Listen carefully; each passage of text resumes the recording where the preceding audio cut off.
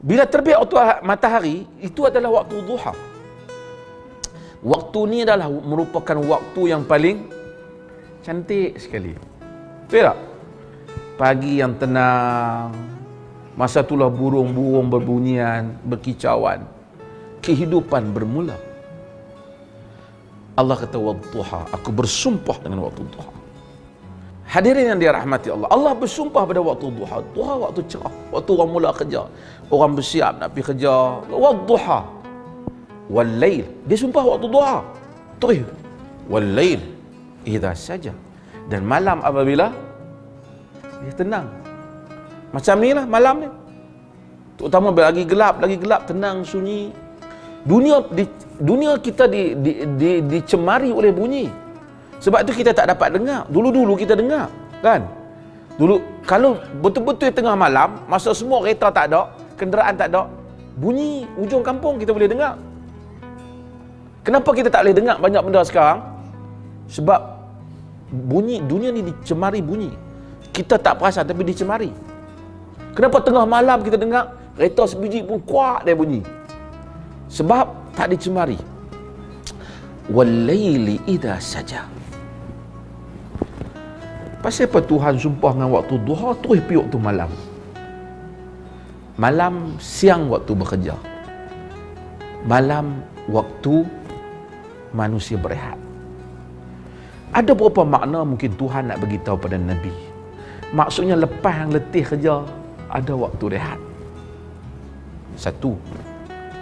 Maksud ada waktu engkau berjuang menghadapi manusia, ada waktu engkau bersendirian dengan Tuhanmu.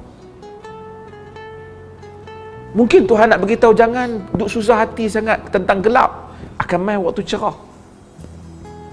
Jangan duk susah hati sangat waktu kalut dengan orang, akan mai waktu tenang. Saya nak masuk tadi awal kepada apa yang saya sebut tadi. Al-Quran sebanyak mungkin menyuruh untuk kita melihat pada alam. Wadduha wal-laili idza saja. Ma wadda'aka rabbuka wa ma qala. Tuhanmu tak tinggalkan engkau wa ma qala. Dia tak marah. Pasal dia apa kata itulah Tuhan pun tak mau kat dia dah. Macam dalam semua pencabaran dakwah, orang yang berdakwah, tuan-tuan kadang-kadang kena marah dengan bos tempat kerja, kena marah dengan orang kampung pun kita pening. Padahal kita kena marah, kita punya buat ambil.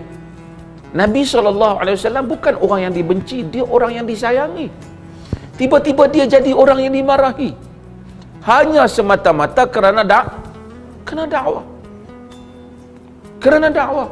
Bukan kata dia masa muda-muda duk pergi buat perangai apa, duk bertanding kebahagiaan kecawangan, enggak ada. Kan? Dia tak ada. Dia tak terlibat dengan ni. Dia masa muda-muda, dia dipanggil Al-Amin, dipanggil dengan semua gelaran yang baik. Bila mari wahyu, dia telah menghadapi satu masalah, iaitu semua pakat lawan dia. Pasal seruan itu, seruan yang menggugat kedudukan mereka. Seruan itu ialah seruan yang mencabar status quo, yang mencabar tradisi amalan yang telah mereka amalkan. Maka Nabi kena hadapi banyak harga ni. Kadang-kadang orang kalau marah kita, dia tampak dia habis cerita. Tapi apabila orang pulau kita, orang benci kita, di sana sini orang memperkatakan tentang kita, apabila orang merancang untuk menghadapi kita, kita rasa tertekan. Betul tak tuan-tuan? Ya. Kita fikir, lepas tu game mangkuk tambah pun bubuh kat atas. Dia kata satu kampung duk kata kat hang, padahal 6 orang kan. Dia bubuh satu kampung, kat satu kampung lah 600 orang. Kan? Yang tu dia pipi, ni aku pergi kedai tadi, satu kampung lah duk marah kat hang. Kita pun duk garu kepala, satu kampung ni. Padahal dia baru dengar mengumpat kita baru 3 orang. Itu psikologi manusia. Nabi SAW, semua kepala-kepala Quraisy ni marah. Hak ada jawatan semua marah. Sebab dia telah lakukan satu seruan yang mencabar kedudukan mereka, yang mencabar amalan mereka. Tapi sebagai insan yang ada kedudukan dalam masyarakat, sebelum ni dia tak pernah dibenci. dia susah hati. Dia bila bersendirian, dia fikirkan benda ni. Kerana dia insan. Banyak ayat Quran cerita benda tu. Susah hati dia. Apabila ada wahyu turun, bila dia susah hati, wahyu duk turun. Sekurang-kurangnya ubat perasaan dia. Bahawa dia tahu Tuhan sedang berhubung dengan dia. Dan dia ada pengalaman berhubung dengan Tuhan. Bila wahyu berhenti, yang ni duk musuh dengan dia, wahyu tak datang. Dia pun tak tahu sebab. Apa salah yang aku buat ni, yang wahyu tak datang? Allah nak uji Nabi dia. Allah nak uji apa perkara? Allah nak uji supaya, tuan-tuan, perasaan orang yang biasa dekat dengan Tuhan, bila ada renggang, dia susah hati. Tuan-tuan, kita orang duduk semayang di masjid, 3 hari tak pergi masjid, kita rasa tak kena, serba tak kena. Kita pagi-pagi duduk berzikir, baca Quran, ingat Allah. 3 pagi kita duduk kalut, apa tak ada, pas semayang bangkit-bangkit, terus pergi. Kita rasa tak kena. Mai kawan kita, aku ni 3 hari tak pergi masjid, aku dah 6 hari tak semayang, okey kata. Pasal dia tak ada pengalaman. Dia tak ada pengalaman. Pasal perasaan dia lain. Kita duduk pada alam yang lain. Kita duduk pada alam kekasih dengan kekasih. Ini hakikat agama. Orang yang sentiasa disayangi, dia dengan satu orang yang memang gangster tepi jalan, dia tak kisah. Nabi merasai kasih sayang Tuhan. Apabila berasa terpisah, baginda susah hati. Allah datangkan wahyu supaya dia merenung alam ini. Allah tahu, wadduha wal laili iza saja, ma wadda'aka rabbuka wa ma qala. Tuhanmu tidak meninggalkanmu dan dia tidak membenci. Jadi perasaan Nabi tenang. Satu benda saya nak sebut sebelum kita pihak berikutnya. Dalam hidup ni semua orang boleh tinggalkan kita, semua orang boleh meluat kat kita, tak apa. Tapi jangan Tuhan tinggalkan kita, dan jangan Tuhan bencikan kita. Maka kita boleh rasa orang renggang dengan kita, tak apalah, manusia. Tapi jangan sampai Tuhan itu renggang dengan kita. Nak jumpa kawan hak marah kat kita, telefon tak angkat, pergi rumah dia tak buka pintu. Tapi Tuhan itu sentiasa apabila kita pergi, ya Rab, astaghfiruka ya Rab, aku mohon ampun denganmu hai Tuhan. Dia sentiasa mendengar kita. Dia tak pernah buat syarat, bukan 5:30 baru boleh jumpa aku. Tak. Tengah malam Allah buka pintu pada waktu siang, liyatuba musii'al lail. Dia buka waktu siang untuk mengampun dosa, pembikin dosa pada waktu malam. Dia buka pintu waktu malam, liyatuba musii'an nahar, untuk mengampun pelaku dosa pada waktu siang. Kalau orang lain boleh tinggal, tak mau jumpa kita, kalau orang lain tak mau berurusan dengan kita, kecil. Tapi kalau Tuhan yang sentiasa membuka pintu untuk kita, tidak memperdulikan kita, ini besar. Ini besar. Tapi macam mana kita nak tahu Tuhan itu pedulikan kita ataupun tak?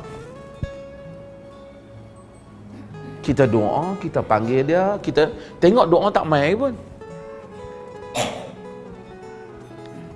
Tuan-tuan, selagi Tuhan itu menggerakkan hati kita untuk kita memanggilnya, selagi dia merezekikan kita untuk kita bangun untuk solat kepadanya, untuk kita apabila bersalah menyebut astaghfirullahalazim, untuk kita apabila tersilap mengata ya Allah ampunlah daku, untuk kita apabila berbuat dosa kita rasa kita salah, untuk kita tercari-cari macam mana nak buat pahala, apa yang ada dalam poket aku daripada harta, dan apa ada di lidah aku daripada zikir yang boleh aku ucapkan supaya Tuhan tidak memurkai aku. Selagi Tuhan membuka pintu itu kepada kita, tandanya dia tidak meninggalkan kita. Tandanya dia tidak meninggalkan kita. Ma wadda'aka rabbuka wa ma qala, walal akhiratu khairul laka minal ula. Tuhan kata sesungguhnya akhirat lebih baik daripada dunia ini. Ramai para nabi bukan orang kaya dalam dunia ni. Ramai para nabi duat mati dalam penjara. Imam Ahmad kasut di kakinya 17 tahun tak bersalin. Kita 17 pasang di rumah. Tak 17 pasang pun 3-4 pasang lah ada kan. Imam Ahlus Sunnah wal Jamaah Ibnu Taimiyah rahimahullah meninggal dalam penjara. Imam Ahmad 3 khalifah asyik penjarakan dia aja. Imam yang besar dituduh di bawah daulah Abbasiyah yang negara orang Islam yang terbesar, khalifah Islam ketika itu, sebagai seorang yang sesat. Habis satu khalifah, sambung khalifah lain, sambung tuduh yang sama, sehingga mari kepada Wathiq baru bebaskan dia. Tapi tidak pernah mereka ini semua meninggalkan pendirian mereka. Untuk kata apalah, dah hampa semua mau macam tu, gua kata macam tu lah. Nah. Semua suruh kita kata macam tu, kita kata macam tu lah, walaupun sunnah kata macam lain, tak apalah dia suruh kata macam tu. Mereka semua tak pernah berganjak daripada pendirian mereka. Sebab walaupun orang tinggal mereka, ma wadda'aka rabbuka wa ma qala. Dan mereka ingat walal akhiratu khairul laka minal ula. Allah kata kepada nabinya lagi hadapi masalah, tapi ubatnya akhirat lebih baik daripada sekarang. Dunia ni sementara, semua yang kita tengok hebat walaupun kaya. Sebahagian orang kaya kita tengok billionaire. Saya tengok billionaire ratusan juta ada hamba Allah, baguslah dia. Dia makan sekali dengan saya baru ni. Saya tengok saya makan macam-macam, dia tak boleh makan macam-macam. Dia tahu apa sihat dah. Dia tak boleh kata. Allah boleh bagi duit, tapi Allah tak boleh bagi nikmat. Dia bagi rumah besar, dia tak bagi kita tidur. Hidup tak lena. Dia bagi duit banyak. Geng-geng hak ada duit ni, pantau orang habaq kedai sedap pergi makan. Tu pun duk kira berapa ringgit kan. Ada orang ada duit, satu kedai dia boleh beli, tapi dia tak lalu makan. Allah Azza wa Jalla bagi-bagikan nikmatnya. Pun begitu Allah kata, walal akhiratu khairul laka minal ula. Dunia ni sedikit je, akhirat lebih baik daripada dunia. Wala sawfa yu'tika rabbuka fatarda. Wala sawfa, dan benar-benar Tuhanmu akan memberikan. Dalam Arab sawfa yakni janji masa depan yang jauh sikit. Dia bubuh lam, wala sawfa, lagi jauh lah. Supaya lam taukid. Ni syekh kita kan. Supaya taklah Nabi ingat hari ni berjuang besok menang. Dr. Azman nak berjuang ni, tak boleh, tahun depan belum tentu menang. Silap-silap dia mati pun tak menang lagi. Tapi Allah kata wala sawfa yu'tika rabbuka fatarda.